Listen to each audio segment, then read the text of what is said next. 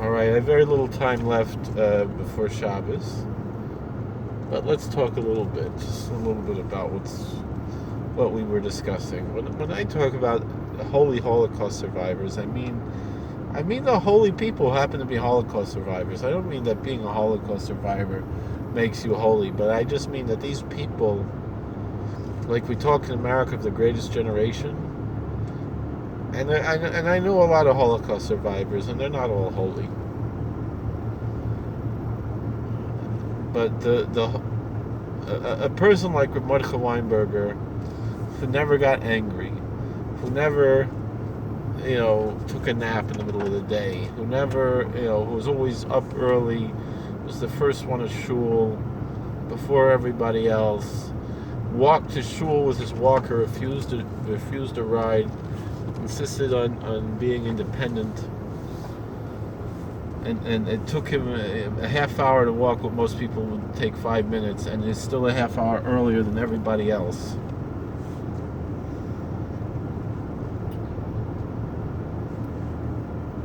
That's holiness. Whether or not he's a Holocaust, it has nothing to do with being a Holocaust survivor, per se, but he happened to be a Holocaust survivor. I mean, there were people from before the war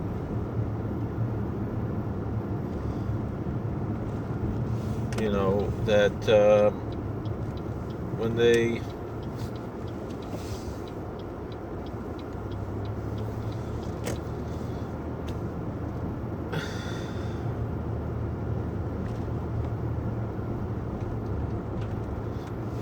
the story that the Kalev Rebbe always tells. One man, he came to the Rebbe. I guess maybe it was a survivor. He came to the Rebbe and he said, you know,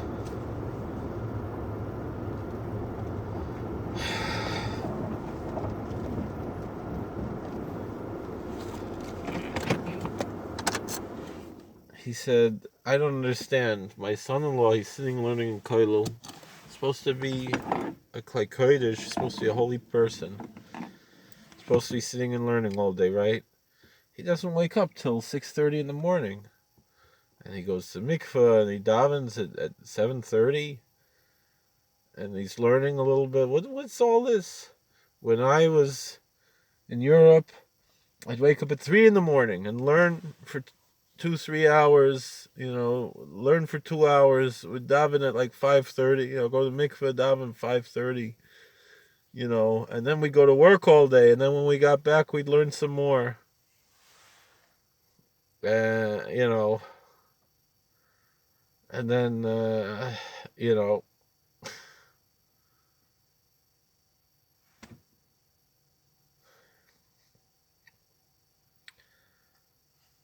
and it's not just the Holocaust survivors, that whole generation. It's not just Jewish people. It's our World War II veterans. It's our of all different religions. These people are inspiration for us. These people are people to look up to, and we're losing them. And who are our children and grandchildren going to look up to? What do we have? That's what I'm talking about.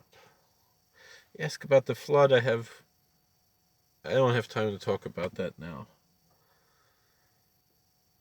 There's evidence, tremendous evidence for a flood, but about 12,000 years ago, according to how science measures these things, for worldwide flood. Doesn't fit in our schedule. Doesn't have to. And if it didn't happen, and if it's all a metaphor for something deeper, it doesn't mean it's any less the Word of God. So that's my simple answer. Even though I believe it's literally true, it doesn't have to be literally true for my religion to make a difference uh, in the world, and to be a positive force. It's not the question of whether or not these things are literally true. They could be the Word of God, in the Jungian mythic sense as an informative truth, without being in the logical and the logos sense. There's mythos and logos. I've discussed this many, many times. So if it's not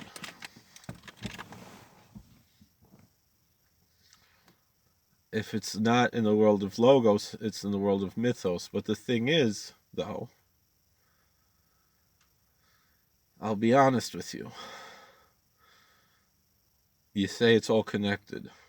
This is how it's connected. Forget about the flood right now. Talk about, the things that Rabbi Weinberger told us when we questioned certain biblical narratives. And why did they do this and that? And I remember Rabbi Weinberger said, if we got even a mile away from Judah, the son of Jacob, we would melt. If we were a mile away from Yehuda ben Yaakov, we would melt. From the holiness of this spiritual giant. And then we dare question what he did and why he did what he did. We have no clue who this person was. And the proof to me is that I, a spoiled American brat, recognize that 2 generations earlier, right? I can't imagine. I don't come to their toenails. And so if you keep going back, we talk about the Baal Shem Tov, we talk about the Maharal, Prague, we talk about Rashi and the Rambam, and we talk about the Gaonim, we talk about the Marayim and Tanoim. We can't imagine these people. This is what it says. Our sages say, if we view Rishonim kamalachim, anachnu b'nei adam, if we look at the earlier generations like they're angels, then we are humans. If we believe that the earlier generations are humans, then we're donkeys, we're chamorim. It's not evolution, it's the opposite, a devolution. We're going down and down, Devo. We're the ones going down. Are we men? We are Devo. We really are. We're really devolving. That's what's really happening.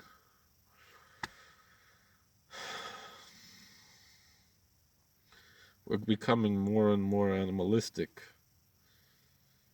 as the times go by.